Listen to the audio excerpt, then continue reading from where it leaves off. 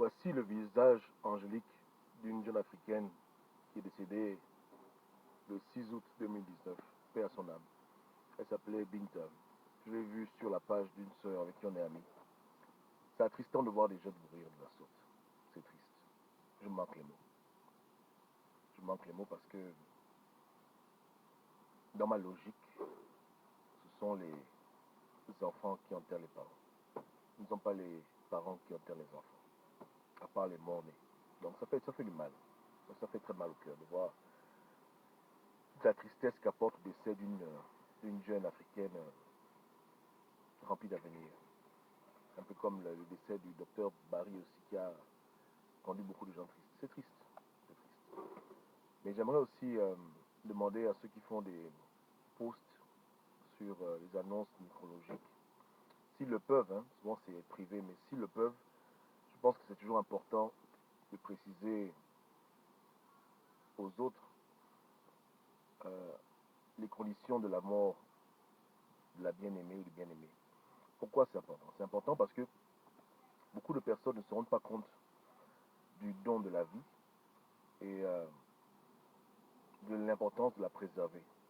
Et lorsqu'ils apprennent qu'une personne est morte, par exemple, en voiture ou qu'une personne est morte en vacances, ça peut les aider à faire des réformes dans leur vie pour pouvoir éviter les mêmes problèmes.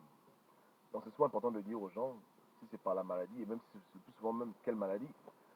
Par exemple, c'est quand tu te rends compte que tous tes amis décèdent de problèmes cardiovasculaires, que tu commences à trouver l'énergie d'aller à la gym et de changer ton alimentation.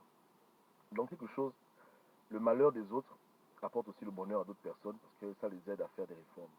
Ouais.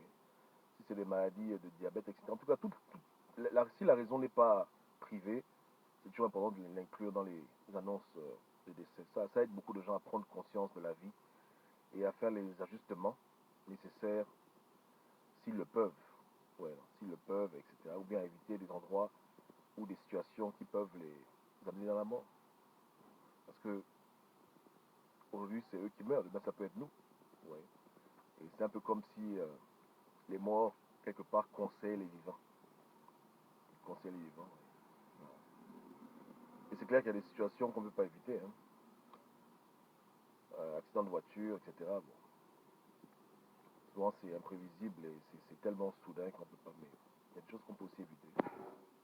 S'il y a des gens qui meurent par exemple d'obésité, lorsqu'ils meurent et qu'on sait qu'ils sont morts d'obésité, ça encourage beaucoup de gens à faire des régimes, à aller à la gym, à prendre soin de leur corps, etc. C'est important ces choses-là. Ouais. La vie est un don de Dieu, et même s'il faut partir un jour, Dieu nous demande de la préserver, de prendre soin de nous-mêmes et d'être prudent. D'être prudent et de faire attention, et surtout de prier. Prier pour la protection de Dieu. On a déjà atteint l'âge où nos frères et nos sœurs meurent n'importe comment, donc personne n'est épargné. Hein. Que Dieu se moque pitié de nous. Et le plus important aussi, hein, c'est pas forcément de ne pas mourir, mais c'est surtout si on meurt, de mourir avec Dieu. De mourir un peu avec Dieu. De prendre soin, d'avoir déjà mis au clair beaucoup de choses avec le Créateur. Ouais, parce que souvent on sait qu'on va mourir, souvent on ne sait pas. Souvent c'est soudain. Donc, quand tu commences à approcher la cinquantaine, il faut commencer à vraiment t'assurer que ta vie est en ordre parce qu'à tout moment tu peux partir. À tout moment. Il y a des jeunes qui dorment, ils se réveillent, ils sont morts dans la trentaine. Il y a des choses qui se passent autour de nous où on voit que la vie ne tient qu'à un fil. Ouais, non? Tu parles aujourd'hui aux gens, demain tu n'es plus là. Ça, il faut toujours ranger sa chambre. Toujours ranger sa chambre. C'est important. On ne connaît pas le jour de sa mort. Le plus souvent. Ok, donc paix à son âme, paix à cette jeune sœur. Et simple conseil, hein. Si vous pouvez le dire, dites-le, si vous pouvez, c'est pas grave. Mais c'est toujours important qu'on sache comment est-ce que ton frère et ta sœur est décédé. C'est important. Bonne soirée à tous. Hein. Que Dieu vous bénisse. J'espère que demain on pourra se parler. Mais moi je ne sais pas, avec là on parle, je ne sais pas qu'on parle ensemble. Ouais, qui connaît? C'est comme ça la vie, non? Ok. Donc, que Dieu nous aide. Bonne soirée à tous.